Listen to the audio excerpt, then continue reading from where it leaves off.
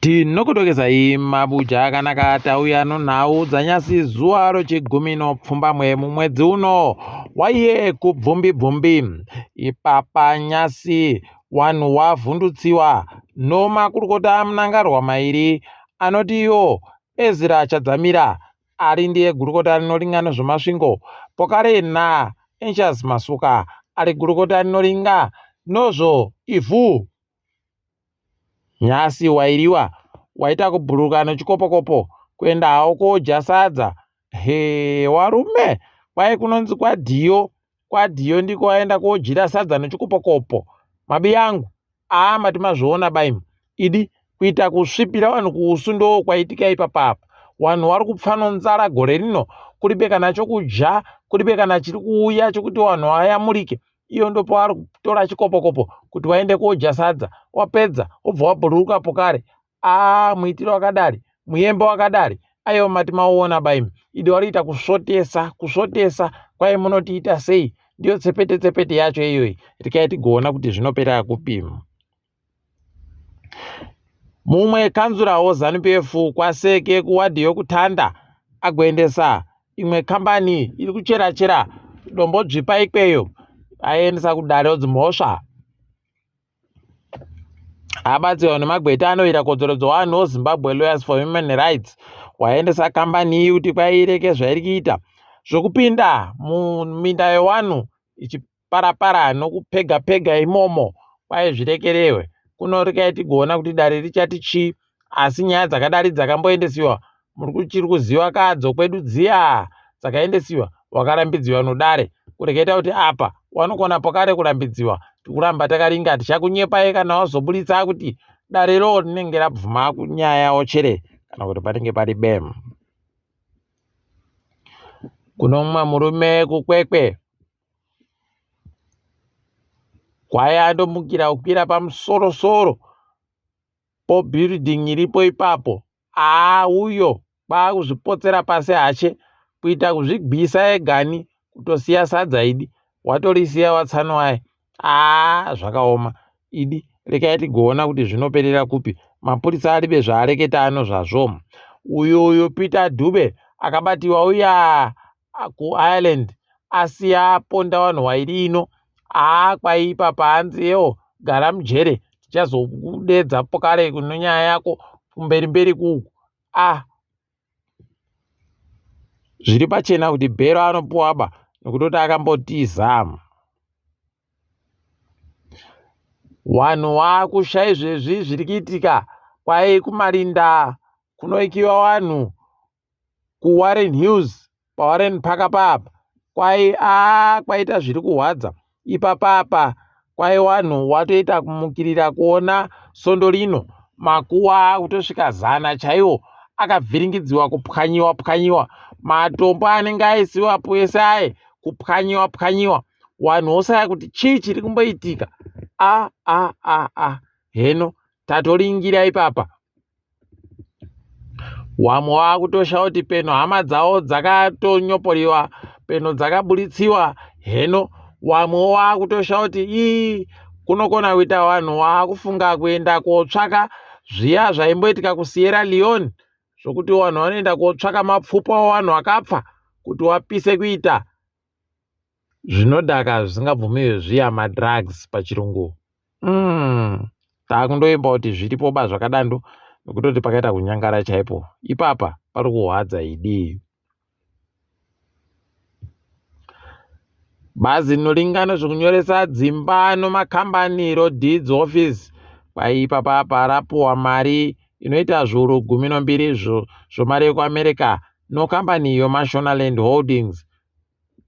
Kwai vanofanira kuti vanadzirise kwavanonyorera zvinhu komo. Rikai tigozviona kuti vachazviita chere pokare kuti rinokwana zvingani. Unotokona kunyepiwa ipapa kuti paribe zvamboitiwa mari iyo yasi yapera.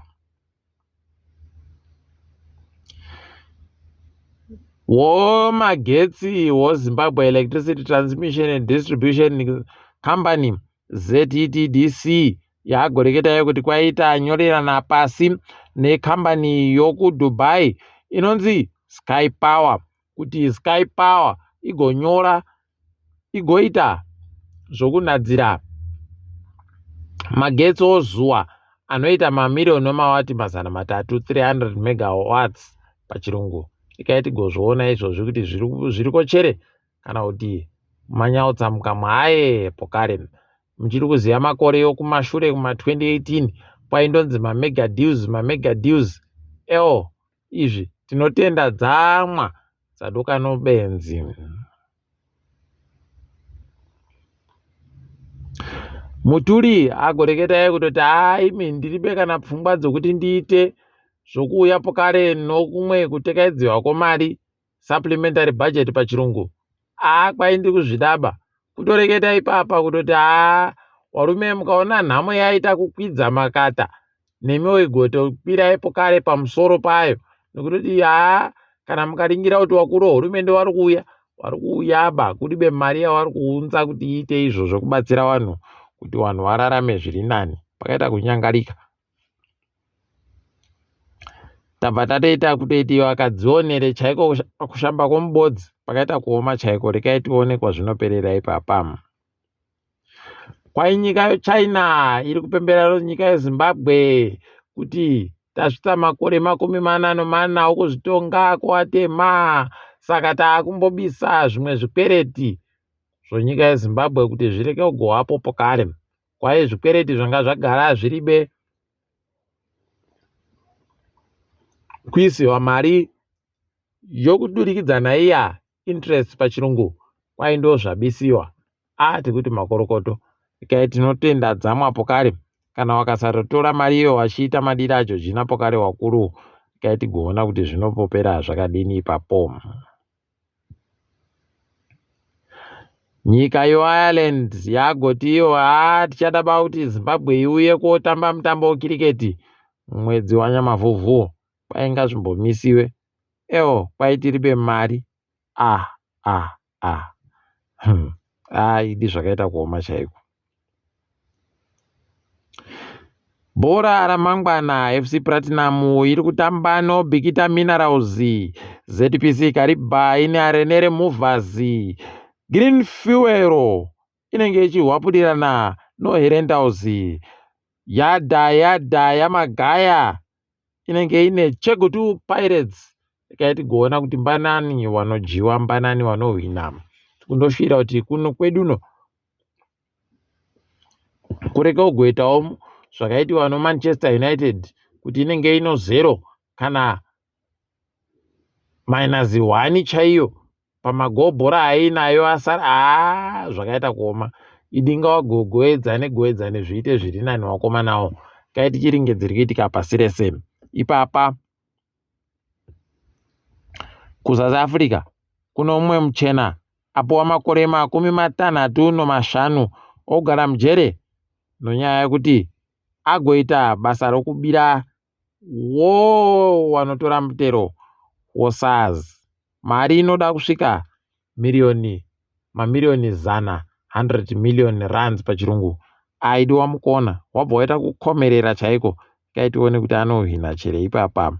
Old Mutual kwai yagopuwa rezinesi rokuti iite bhengi muSouth Africa kutoreketa kuti kuno yano wanenge watonaro bhengi rawo. Ikaiti gozvoona kuti zvinoperera papi izvozvi. Apa akambenga ari mureketeri mudare paramende nosiviwe Mapisa Nqakula. Kwai ipapa ari kunqakula ari kutokumbira kuti wakomana dondipaiwo rubatsiro okubhadhara magweta kuti ndiende kudare rodzimhosva zvakanaka. Ari kutokumbira hurumende. Iyo hurumende iriyo iri kumuendesa kumatare.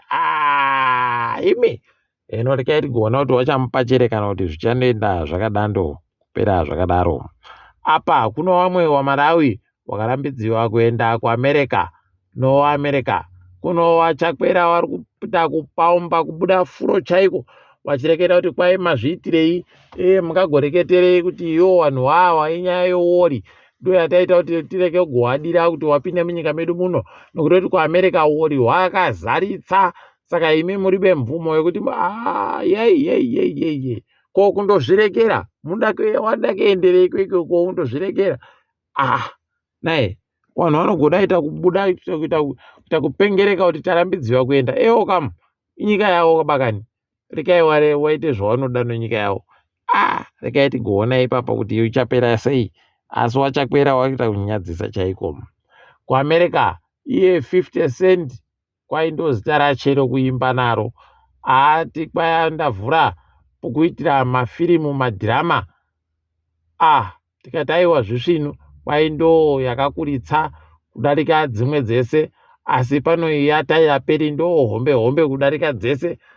Kunotati ewo makorokoto kai tigoona kuti zvinenge zvipera ano papi peno zvichatibatsira peno zviribe tinenge takandolinga tichikunyepai.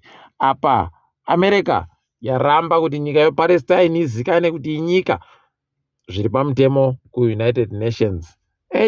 America inonyaya, rekai du tione kuti zvinosvika papi izvozvi, asi ndo mugumo wacho wazvinenge zviri kuita iwoyo. Ticharamba takaringa hedu, asi manyasi rekai tigumire pano. Ndini wenyu Mhanduwe Onawo.